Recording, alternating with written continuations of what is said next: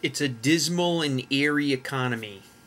Millions of people are going into foreclosure. Literally, millions of people have become prey to unguided lending practices, no accountability with lenders, giving out money for folks to buy homes based on what they tell them. I make such and such an amount of money, I work here, I work there, okay, here's some money, go buy a house. We're feeling the decay of those very decisions made by those lenders where our government didn't watch what was going on as it rumbles on the horizon as we see it now, where the housing market has crashed and it's clawing and scratching to come back up to where everything can balance off again. Tonight, I'd like to share with you why I believe buying a home still outweighs renting. If you are a homeowner out there, you'll already know the plethora of great advantages to owning a home: building equity, building credit, tax breaks and tax advantages, things like the IRS giving us rebates for putting in energy efficient appliances or changing out to energy efficient windows, where you actually get tax breaks back for making those kinds of decisions. So home ownership has a bunch of different advantages, but I'm not going to start there. I'd like to go into why I can prove to you that owning a home or purchasing is the best route versus renting. When we think of renting, you may be a renter now. If I had all the money I spent in rent since I was 18 or 19 when I first got my first apartment, I'd be pretty well off. You're throwing that money away for whatever reasons are in your head about why you want to rent. I'm a college student, or I'm too young, or the financial economy is under a black cloud. Whatever it is that you come up with, I can disprove all those facts based on some great articles, some personal stories, and giving you insight from my 6 years as a licensed realtor in the state of Virginia. Where I'd like to start right now quickly is to read to you some snippets from some articles that I found doing the research on whether buying or renting is the best avenue. From an article in the Tampa Bay Tribune from June of 2011, written by Melissa Bobbitt.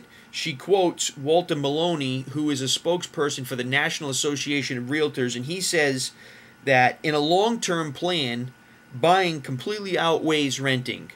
One, because home values are at their lowest since the 70s.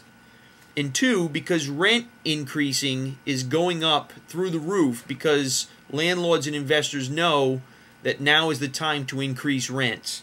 People can't buy, or they're afraid to buy. Rents go up.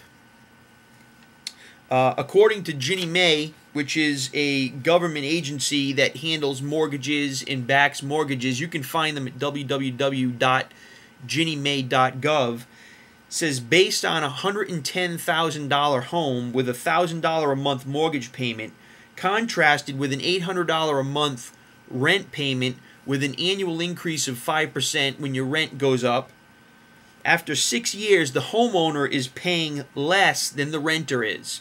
That's according to Ginnie Mae. They've done a study there. Also, according to the New York Times, if you stay in your home again for a 6-year average, buying is clearly the better route. We've done our research on this. I've spoken to a lot of different people. Right now, buying is a great avenue to take advantage of. So if you're on the fence, if you haven't even thought about buying, the American dream of home ownership is not very far away. I'm going to go through a few things that I think are important. Embrace Home Loans is a large lending agency They're out of Rhode Island, which is my home state. Right now for USDA loans, which is 100% financing, you can still get. And for FHA loans, which require a 3.5% down payment, the rates are under 4%. That's an all-time low. There's no reason why we shouldn't go in to buying a home, especially when we think of the first 2 points, is that the homes are at their lowest value since the 1970s. Home values are bottoming out. Interest rates are at their lowest we've ever seen, ever in this country. It's kind of a moot point to me, but you really need to look into owning a home if you rent. There are a few things that I really want to go through to conclude this speech in what you can look for if you're a renter to see if maybe going down this path is the right choice. I've got a few bullet points here. A credit score is obviously the biggest thing. You need a 620 or higher. Your job stability needs to be there. You need to look at where your job's going to be long term so you don't find yourself in financial deficit.